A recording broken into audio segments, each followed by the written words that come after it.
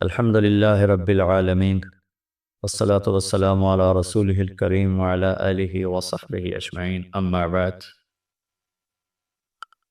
ذو الحج کا مہینہ ہمارے مبارک مہینوں میں سے ایک مہینہ ہے جس میں اللہ تعالیٰ نے حج اور قربانی یہ دو بڑے عمل اس میں جمع فرمائے ہیں۔ پوری دنیا سے حجاج کرام اس مہینے میں حج بھی کرتے ہیں اور پھر مینا میں آ کر قربانی کرتے ہیں، اور اللہ تبارک و تعالیٰ نے ان ایام کی قسم اٹھائی ہے والفجر ولیال عشر والشفع والوتر واللیل اذا یسر هل فی ذلک قسم لذی حجر۔ اور کسی دن کی قسم اللہ نے ایسے نہیں اٹھائی، خاص کر اللہ کو عید کے دن کی قسم اٹھائے یا جمعہ کی قسم اٹھائے یا لیلۃ القدر کی قسم اٹھائے، انا انزلناہ فی لیلۃ القدر وما ادراک ما لیلۃ القدر، یہ گفتگو فرمائی، خبر دی۔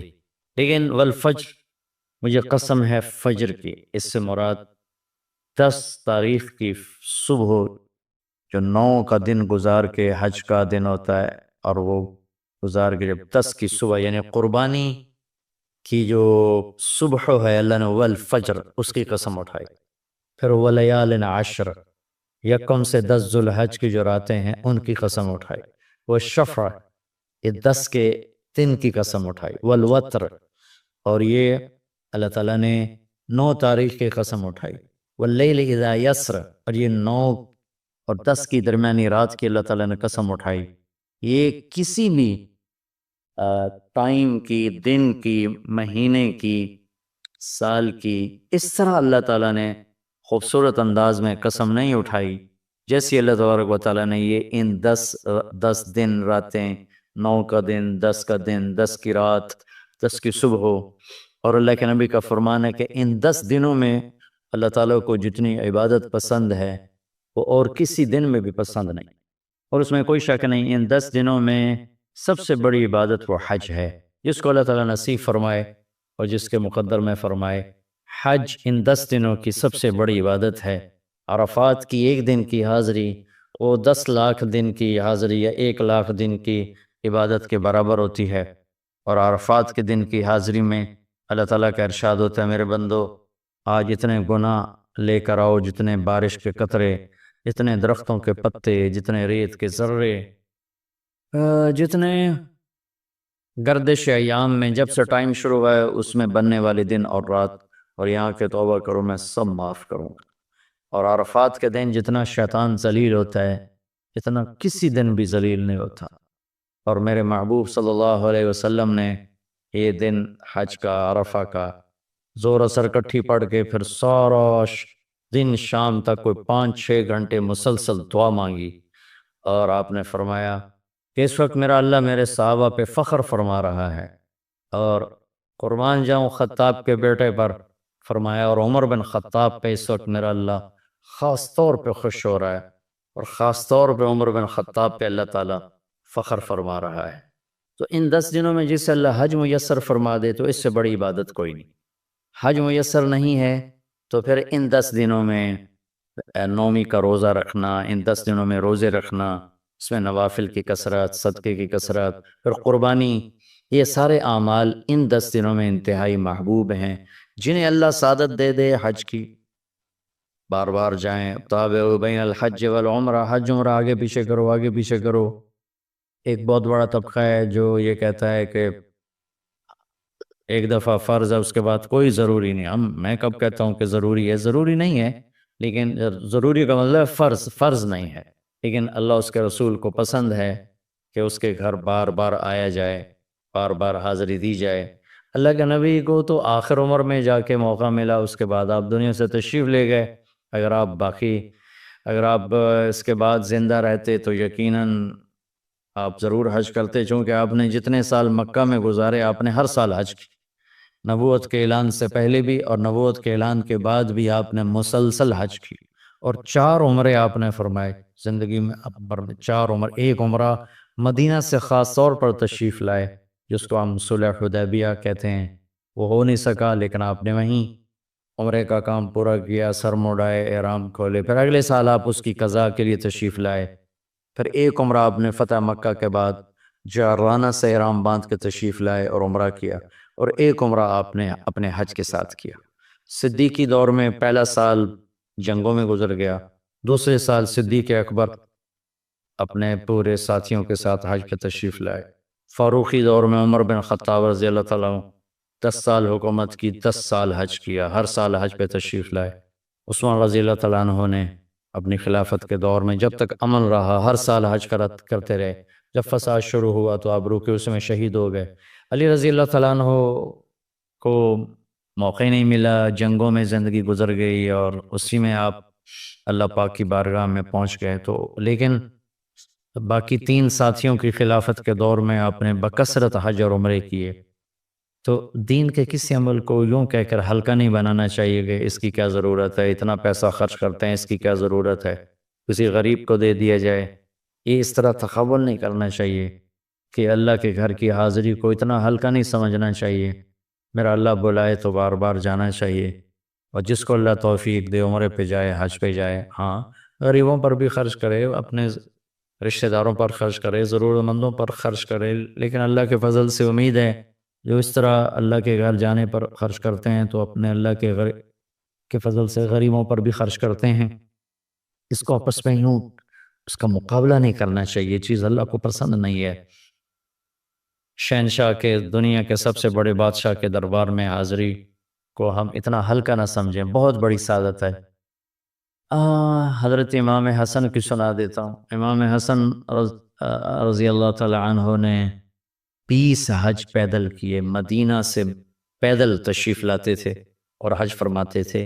20 حج، یہ تو اہل بیت کے جگر گوشہ رسول ہیں اور جگر اہل بیت ہیں، تو 20 حج فرمایا آپ نے، پیدل فرمایا، مدینہ سے تشریف لائے مکہ پیدل۔ ایسے ہی امام حسین رضی اللہ تعالیٰ عنہ نے کئی حج پیدل مجھے ان کا عدد یاد نہیں، امام حسن کا مجھے یاد ہے 20 حج پیدل کے، اور اللہ کے نیک بندوں نے برس ہا برس اللہ کی بارگاہ میں پیدل حاضریاں دی ہیں۔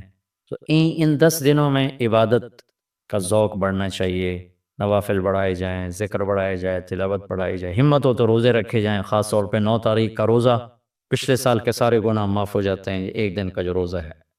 پھر اس کا دوسرا جو بڑا عمل ہے وہ قربانی ہے، اور یہ قربانی آدم علیہ السلام سے چلی آ رہی۔ وَاتْلُ عَلَيْهِمْ نَبَأَ ابْنَيْ آدَمَ بِالْحَقِّ إِذْ قَرَّبَا قُرْبَانًا فَتُقُبِّلَ مِنْ أَحَدِهِمَا وَلَمْ يُتَقَبَّلْ مِنَ الْآخَرِ۔ اس قربانی کی بنیاد تو آدم علیہ السلام سے پڑی ہے، لیکن ہمیں جو حکم ملا وہ سنت ابیکم ابراہیم، وہ ابراہیم علیہ السلام کی سنت ہے قربانی۔ یہ بہت خوبصورت قصہ ہے اور بہت عجیب و غریب قصہ ہے کہ اللہ پر سب کچھ لگا دینا۔ ایک شخص کو اولاد کے لیے دعا مانگتے مانگتے مانگتے کچھ 60 برس گزر گئے، 65 برس گزر گئے۔ رب ہب لی من الصالحین، یا اللہ مجھے نیک اولاد دے دے، نیک اولاد دے دے۔ نیک اولاد میری 84 سال کی عمر میں، اللہ نے 84 سال کی عمر میں بیٹا دیا۔ بڑھاپے کی اولاد تو دل پکڑ لیتے، اور ابھی چند دن نہیں گزرے تھے کہ اللہ نے کہا جاؤ اسے چھوڑ کے آؤ۔ یہ کہاں چھوڑ کے آؤں؟ جبریل آئے گا تمہیں راستہ بتائے گا۔ تو جبریل انسانی شکل میں آئے، تو براق کی طرح نہیں یہ سفر ہوا کہ ایک دم میں پہنچا دیا، بلکہ جبریل انسانی شکل میں آئے، اونٹنی پر سوار ہو کر ابراہیم علیہ السلام، دوسری اونٹنی پر بچہ اور بیگم، اور ان کو فلسطین سے چلایا، اور چلاتے چلاتے چلاتے چلاتے جب مکے کے کالے پہاڑ آ گئے جہاں کچھ بھی نہیں ہے، نہ پانی نہ سایہ، کہیں چھوڑ دو۔ بیت اللہ ٹیلا تھا اس وقت، یہاں چھوڑ دو۔ تو ابراہیم علیہ السلام جو آگ میں ڈلتے ہوئے نہیں گھبرائے، یہ بات سنی تو گھبرا کر کہنے لگے یہاں کیسے چھوڑ دوں، یہاں تو کچھ بھی نہیں ہے۔ تو جبریل نے کہا جی آپ کے اللہ کی منشا ہے کہ اس بچے کو یہیں چھوڑ دیا جائے۔ تو انہیں وہیں چھوڑا اور واپس چل دیا۔ حضرت حاجرہ حیران پریشان ہو گئی، کہاں چھوڑ کے جا رہے ہو، کیوں چھوڑ کے جا رہے ہو؟ جواب ہی نہیں دے رہے، 3 میل ان کے ساتھ چلتے نہیں، وہ جواب ہی نہیں دے رہے۔ 3 میل کے بعد ان کو یاد آئی ہے تو اللہ کے نبی ہیں۔ اللہ امرک، ابراہیم کا یہ اللہ کا حکم ہے، کہاں اللہ کا حکم، اذن لن یضیعن اللہ، جاؤ پھر اللہ مجھے ضائع نہیں کرے گا۔ اس طرح بنیاد رکھی، بچے کو ایسے جنگل میں چھوڑا، جب وہ بڑے ہو گئے تب حکم آیا جاؤ ذبح کرو۔ تو اب آپ کی عمر ہو چکی ہے کوئی 92 سال یا 94 سال، 90 پلس ہے، 100%۔ فلسطین سے چلے مکہ جا رہے ہیں، کیا کرنے جا رہے ہیں؟ بچہ ذبح کرنے جا رہے ہیں، کوئی مرغی اور بکرا ذبح کرنے نہیں جا رہے۔ پھر ان کو تیار کرا کے مینا کی وادی میں لا کر کہنے کہ بیٹا اللہ کا حکم ہے تمہیں ذبح کر دو۔ تو بیٹے نے کہا یا ابت افعل، تو آپ کر دیں جو کرنا ہے۔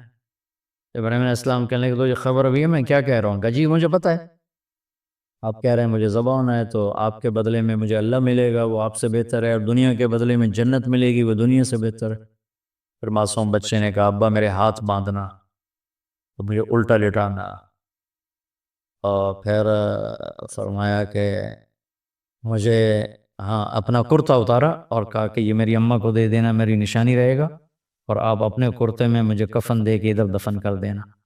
تو ان کے ہاتھ باندھے، پاؤں باندھے، الٹا لٹایا، اپنا گھٹنا رکھا ان کی کمر پر، ان کے سر کے بال اٹھائے اور تھوڑا سا اوپر کر کے نیچے چھری چلانے کے لیے، ایک ہاتھ میں بال تھے ایک ہاتھ میں چھری تھی، اور یوں آسمان کو دیکھا کہ اللہ تو مجھ سے ناراض ہو گیا ہے کہ اسماعیل کی محبت نے میرے دل میں جگہ پکڑ لی ہے۔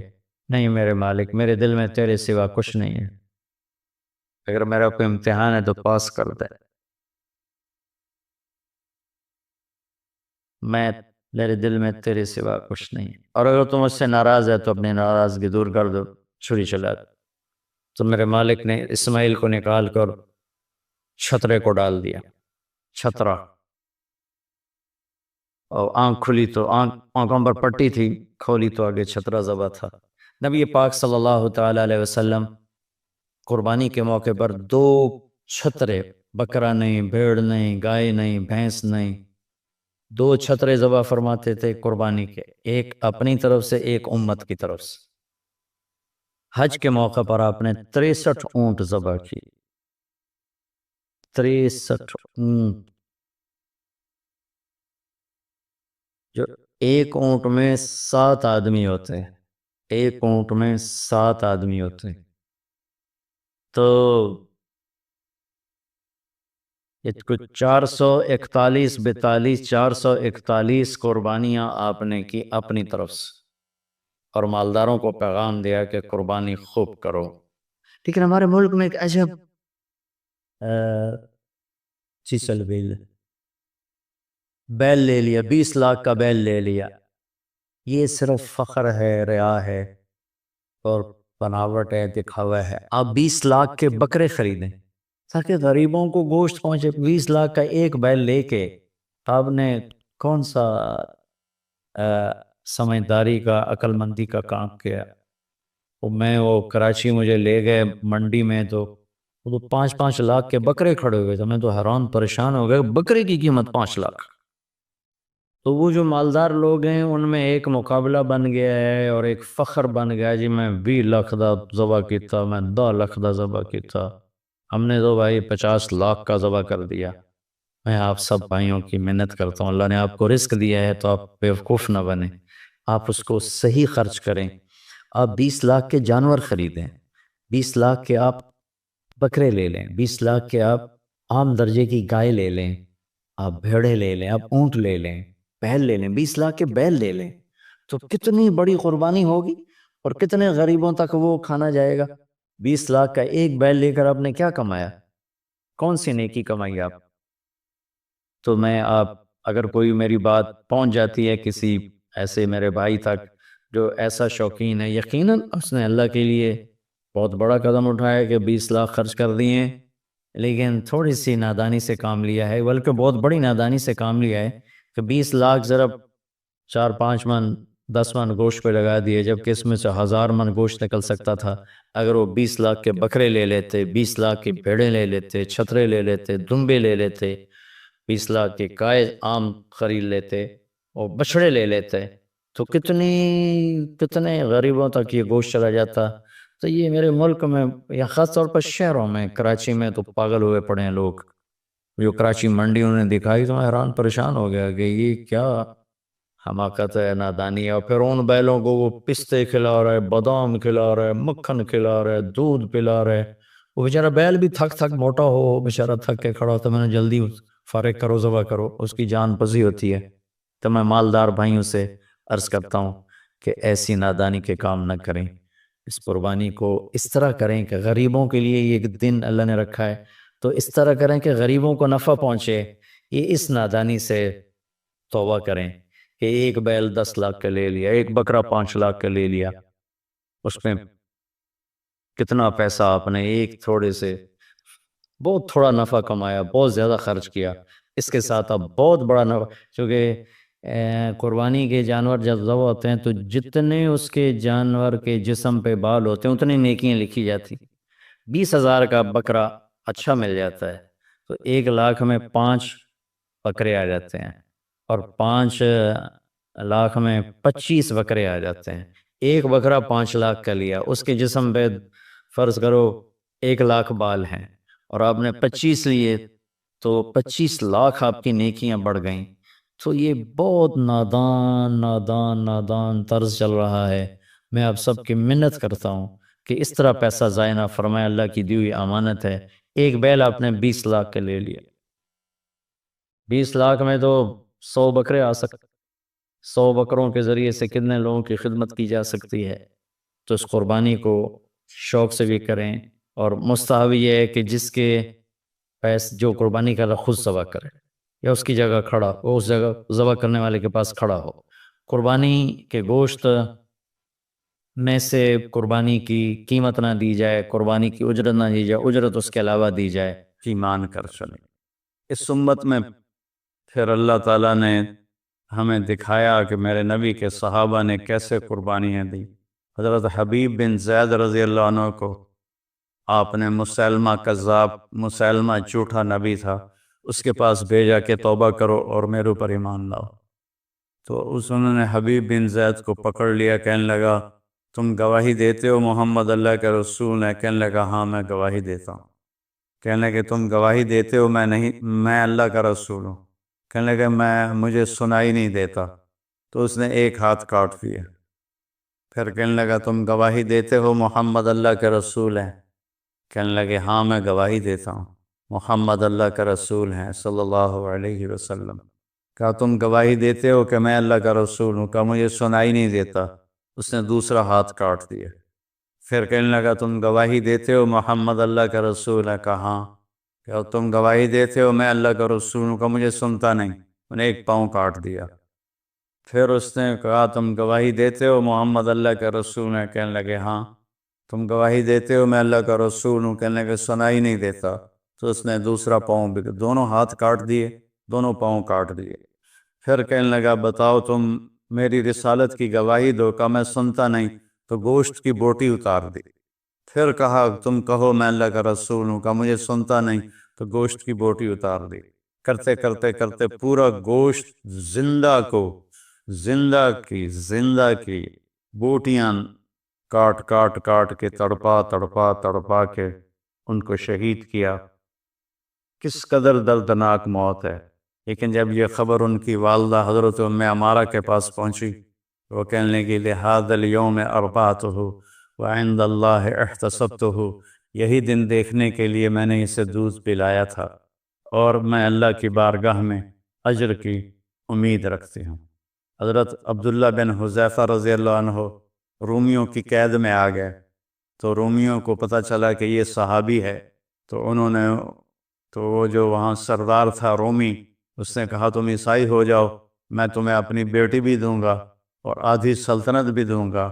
تو وہ فرمانے لگے اگر تم مجھے پوری دنیا بھی دے دے اور صرف اتنا کہے کہ 1 سیکنڈ کے لیے تم عیسائی ہو جاؤ تو مجھے قبول نہیں۔ تو اس نے کہا اس کو سولی پہ لٹکا کرنا، اس کو دائیں بائیں تیر مارو، اس کو سیدھا نہ مارو تاکہ یہ ڈر جائے۔ تو انہوں نے اس کو لٹکایا لکڑی پر، اور تیر چلا رہے ہیں ادھر ادھر، اور سائیں تیر گزر رہے ہیں۔ پھر ان کو اتارا، کہنے لگے کیا خیال ہے؟ کہا وہی خیال ہے، میں اللہ اس کے رسول پر ایمان لایا ہوں، میں کبھی نہیں ہٹوں گا۔ تو اس نے کہا بس ایسا کرو، کڑا میں تیل ڈالو اور اسے ابالو، ابل جائے تو اس کے 2 ساتھیوں کو ڈالو، اور اس کے بعد اگر یہ ڈر جائے اور مان جائے ہماری بات تو ٹھیک ہے، ورنہ اسے بھی ڈال۔ تو سارے لوگ جمع تھے، کڑاہ میں تیل ڈالا گیا، نیچے آگ ویسے کھولنے لگا، تو انہوں نے 2 مسلمان سپاہیوں کو اس میں ڈالا، تو وہ جل کے اسی وقت کوئلہ بن گئے۔ جب ان کو کھینچ کے لے جانے لگے تو یہ رو پڑے، تو انہوں نے رومی سردار سے کہا کہ وہ رو رہا ہے، کب بلاؤ، شاید ڈر گیا ہو۔ جب وہ آئے تو کہنے لگا کیا خیال ہے؟ کہا وہی خیال ہے جو پہلے تھا۔ کہا پھر تم روئے کیوں ہو؟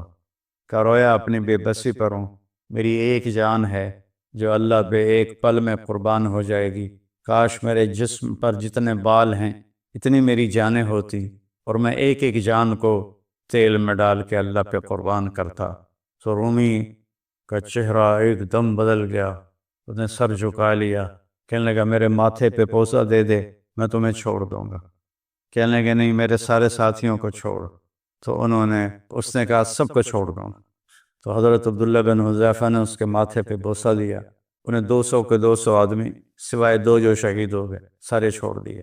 جب یہ مدینہ پہنچے تو حضرت عمر رضی اللہ تعالیٰ عنہ کو واقعہ سنایا، تو آپ نے سارے مدینے والوں کو جمع کیا، عبداللہ بن حذیفہ کو ممبر پہ بٹھایا اور کہا کہ میں اس کا بوسہ لے رہا ہوں سب سے پہلے، پھر تم سارے اس کے ماتھے کا بوسہ لو۔ تو حضرت عمر نے ان کے ماتھے کا بوسہ لیا، اور باقی سب صحابہ نے پھر ان کا بوسہ لیا۔ اور یہ مزاج کیسے تھے کہ اتنے مزاحیہ تھے، اتنے مزاحیہ مزاج کے تھے کہ ان کو حمار کہتے تھے۔ اور ایک دفعہ کسی نے شکایت کی، یا رسول اللہ یہ عبداللہ بہت فضول باتیں کرتا ہے، سبحان اللہ، اور ایسی ہی بیکار باتیں کرتا رہتا ہے۔ تو آپ نے فرمایا دعوہ فإنہ یحب اللہ ورسولہ، اسے کچھ نہ کہو، یہ اللہ اس کے رسول سے پیار کرتا ہے۔ تو یہ اصل مقصد قربانی کا، ہم جانور قربانی کا کرتے ہیں کہ ہم اپنے حرام جذبات پہ چھری چلاتے، یا اللہ تیری مانیں گے، تیرے نبی کی مانیں گے، اور اس کے خلاف جو چیز آئے گی یا اللہ ہم اس سے بچ کے چلیں گے۔ یہ اس قربانی کا فلسفہ ہے۔ اللہ مجھے، میرے سارے بہن بھائی اور پوری امت مسلمہ کو، میرے پاکستانی عوام کو اللہ اس کی سمجھ نصیب فرمائے، مجھے بھی سمجھ نصیب فرمائے کہ جب ہم دنیا سے جائیں تو اللہ ہم سے راضی ہو، ایسے نہ جائیں کہ اللہ ہم سے ناراض ہو۔ السلام علیکم ورحمۃ اللہ۔